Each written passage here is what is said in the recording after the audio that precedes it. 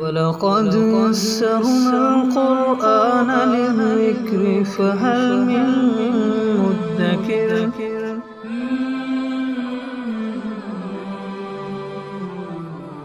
سورہ آل عمران آیت نمبر 169۔ اعوذ باللہ من الشیطان الرجیم، بسم اللہ الرحمن الرحیم۔ وَلَا تَحْسَبَنَّ الَّذِينَ قُتِلُوا فِي سَبِيلِ اللَّهِ أَمْوَاتًا بَلْ أَحْيَاءٌ عِندَ رَبِّهِمْ يُرْزَقُونَ فَرِحِينَ بِمَا آتَاهُمُ اللَّهُ مِنْ فَضْلِهِ وَيَسْتَبْشِرُونَ بِالَّذِينَ لَمْ يَلْحَقُوا بِهِمْ مِنْ خَلْفِهِمْ أَلَّا خَوْفٌ عَلَيْهِمْ وَلَا هُمْ يَحْزَنُونَ يَسْتَبْشِرُونَ بِنِعْمَةٍ مِنَ اللَّهِ وَفَضْلٍ وَأَنَّ اللَّهَ لَا يُضِيعُ أَجْرَ الْمُؤْمِنِينَ۔ احد کے اندر جو حضرات شہید ہو گئے تو ان کا غم تھا سب کو ہی، تو اللہ تعالیٰ نے اس غم کو ہلکا کرنے کے لیے ان شہداء کے فضائل کو بیان فرمایا، اور جو ان کو اللہ تعالیٰ نے انعامات دیے ہیں ان کا تذکرہ فرمایا۔ لہذا ارشاد فرمایا کہ وَلَا تَحْسَبَنَّ الَّذِينَ قُتِلُوا فِي سَبِيلِ اللَّهِ أَمْوَاتًا، مت گمان کرو ان لوگوں کو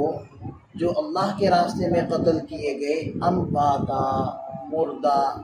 ان کو مردہ گمان مت کرو، بل احیاء عند ربهم یرزقون، بلکہ وہ تو زندہ ہیں، اپنے رب کے پاس رزق ان کو دیا جاتا ہے۔ اب یہاں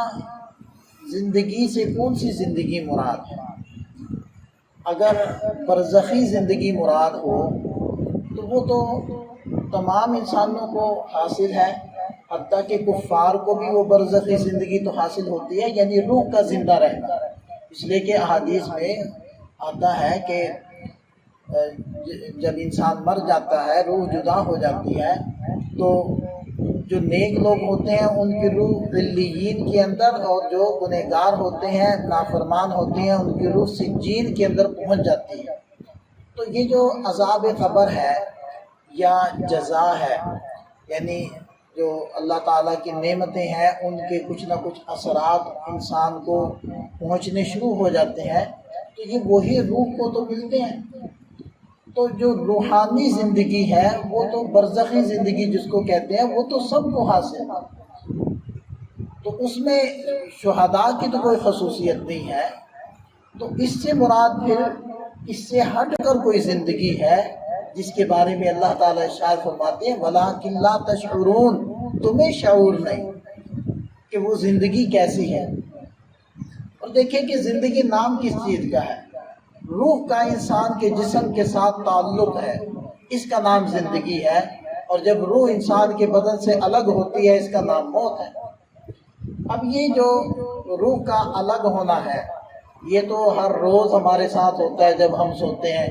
تو روح ایک مرتبہ انسان کے جسم سے الگ ہوتی ہے۔ اللہ یتوفی الانفس حین موتها واللتی لم تمت فی منامها فیمسک التی قضی علیہا الموت ویرسل الاخری الی اجل مسمی، کہ جب انسان سوتا ہے تو اللہ تعالیٰ اس کی روح کو قبض کر لیتے ہیں، اور اگر ان کی زندگی مقصود ہوتی ہے تو ان کی روح دوبارہ سے لوٹا دی جاتی ہے، اور اگر ان کی زندگی مقصود نہیں ہوتی تو اللہ تعالیٰ روحوں کو اپنے پاس روک لیتے ہیں اور وہ افراد وفات پا جاتے ہیں۔ تو پتہ چلا کہ سو کر بھی انسان کی روح سے جدا ہوتی ہے، لیکن انسان کی روح کا انسان کے بدن کے ساتھ تعلق باقی رہتا ہے، اور وہ تعلق اتنے قوی درجے کا ہوتا ہے کہ اگر کوئی اونچی آواز سے اس کے پاس بولے تو وہ بیدار ہو جاتا ہے، یعنی وہ روح دوبارہ سے اس کے جسم کے ساتھ وہ لوٹ آتی ہے اور وہ بیدار ہو کر بیٹھ جاتا ہے۔ تو وہ کنیکشن اور جو تعلق ہوتا ہے روح کا وہ قوی ہوتا ہے۔ لیکن جب انسان وفات پاتا ہے تو جسم سے روح جدا ہو گئی، اور نیک کی روح علیین کے اندر چلے گی، گنہگار کی روح وہ سجین کے اندر چلی گئی، تو اس کو سزا یا جزا جو مل رہی ہے وہ اکیلی روح کو نہیں مل رہی، اس لیے کہ عبادت اکیلی روح نے نہیں کی، یا گناہ اکیلی روح نے نہیں کیا، اور نہ صرف اکیلے بدن کو ملے گی سزا اور جزا، کیونکہ وہ صرف بدن نے نہیں کیا، وہ تو اصل تو روح تھی، تو مرنے کے بعد بھی انسان کی روح کا اس کے جسم کے ساتھ تعلق باقی رہتا ہے، لیکن اتنا تعلق نہیں ہوتا جتنا سونے کی حالت میں روح کا ہوتا ہے، بلکہ اس سے کمزور درجے کا ہوتا ہے۔ علماء نے اس کے درجات بھی بیان کیے ہیں کہ سب سے کمزور درجے کا تعلق کافر کی روح کا ہوتا ہے اپنے جسم کے ساتھ، اور اس سے قوی درجے کا ہوتا ہے مومن کا، اور اس سے قوی درجے کا ہوتا ہے صالحین کا، اور اس سے اوپر والے درجے پر ہوتے ہیں شہداء، کہ جن کا اس قدر قوی تعلق اپنے جسم کے ساتھ ہوتا ہے روح کا، کہ اس کے اثرات جسم پر بھی ظاہر ہوتے ہیں، کہ جسم بھی خراب نہیں ہوتا بلکہ وہ بھی جوں کا توں رہتا ہے۔ اور اس کے اوپر بے شمار واقعات تاریخ کے اندر لکھے ہیں کہ صحابہ کرام کے بھی اور دیگر شہداء کے بھی، کہ صدیوں بعد ان کی قبر کسی وجہ سے کھلی، یعنی پانی کے آ جانے کی وجہ سے یا کسی وجہ سے، تو ان کے جسم بالکل اسی طرح تر و تازہ تھے جیسے کہ ابھی شہید ہوئے ہوں۔ اور سب سے زیادہ قوی جو تعلق ہوتا ہے روح کا جسم کے ساتھ مرنے کے بعد، وہ حضرات انبیاء کرام ہوتے ہیں۔ اسی وجہ سے حدیث کے اندر آتا ہے کہ الانبیاء احیاء فی قبورہم یصلون، کہ انبیاء کرام اپنی قبر میں زندہ ہے، نماز پڑھتے ہیں۔ اور نبی پاک صلی اللہ علیہ وسلم نے معراج کے موقع پر حضرت موسیٰ علیہ السلام کو دیکھا کہ وہ اپنی قبر میں نماز پڑھ رہے ہیں۔ تو ظاہری بات ہے کہ ان کا نماز پڑھنا اخروی زندگی ہے، تو وہ تلذذ کے لیے ہے، وہ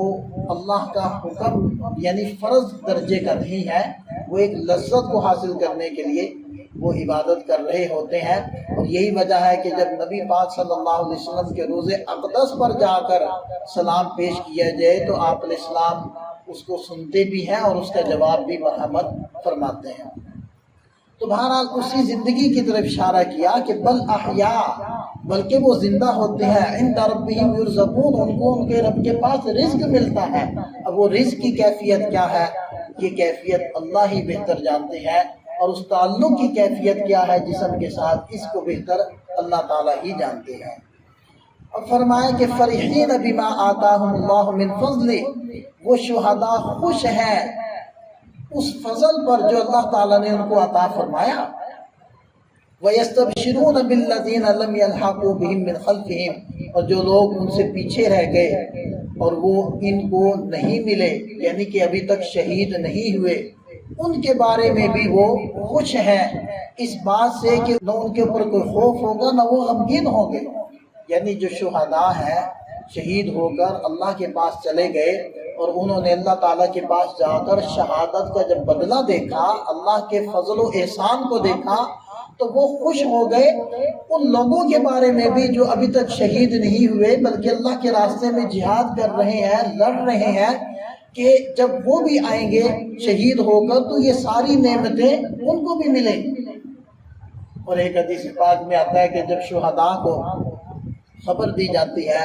کہ فلانا بھی شہید ہو کر تمہارے پاس آنے والا ہے، تو وہ اس قدر خوش ہو جاتے ہیں جیسے کہ کوئی صدیوں سے بچھڑا دوست آ رہا ہو اور اس کی آمد پر انسان خوش ہو جاتا ہے۔ اور حضرت عبداللہ بن عباس رضی اللہ عنہ کی ایک تفسیر ہے جو اس آیت مبارکہ کا شان نزول بھی ہے، وہ یہ ہے کہ جب احد کے اندر صحابہ کرام شہید ہو گئے اور اللہ تعالیٰ نے ان پر یہ کرم فرمایا کہ ان کی روحوں کو سبز پرندوں کے اندر ڈال دیا، اور پھر وہ جنت کے اندر اڑتے ہیں، جنت کی نہروں سے اور باغات اور پھلوں سے حصہ لیتے ہیں، اور پھر اللہ تعالیٰ کے عرش کے نیچے جو قندیلیں لٹکی ہوئی ہیں اس کے اندر آ کر آرام کرنے کے لیے پہنچ جاتے ہیں۔ تو جب یہ انہوں نے اپنا اعزاز و اکرام دیکھا تو وہ جنت کے اندر یہ خواہش کرنے لگے کہ کاش ہماری ان نعمتوں کی خبر ہمارے ان بھائیوں تک بھی پہنچ جائے جو ہمارے اوپر افسوس کر رہے ہیں، رو رہے ہیں، ہماری جدائی کے اوپر غمگین ہیں، تو اللہ تعالیٰ نے فرمایا کہ تمہاری خبر میں پہنچاؤں گا۔ اور پھر اللہ تعالیٰ نے یہ آیت مبارکہ نازل فرمائی، فرحین بما آتاہم اللہ من فضل، کہ تم تو افسوس کر رہے ہو، وہ تو سارے جنت میں پہنچ کر اللہ کے احسانات کو دیکھ کر وہ بڑے خوش ہیں، فرحین، وہ تو خوش ہیں، اور تمہارے بارے میں بھی وہ تو خوش ہیں کہ تم لوگ آؤ گے شہید ہو کر، تو وہ تو تمہارے بھی انتظار میں۔ اللہ اکبر، یستبشرون بنعمت من اللہ وفضل، وہ تو خوش ہیں اللہ تعالیٰ کی نعمت اور فضل پر، وَأَنَّ اللَّهَ لَا يُضِيعُ أَجْرَ الْمُؤْمِنِينَ، اور اس بات پر کہ اللہ تعالیٰ مومنین کے اجر کو ضائع نہیں فرماتے۔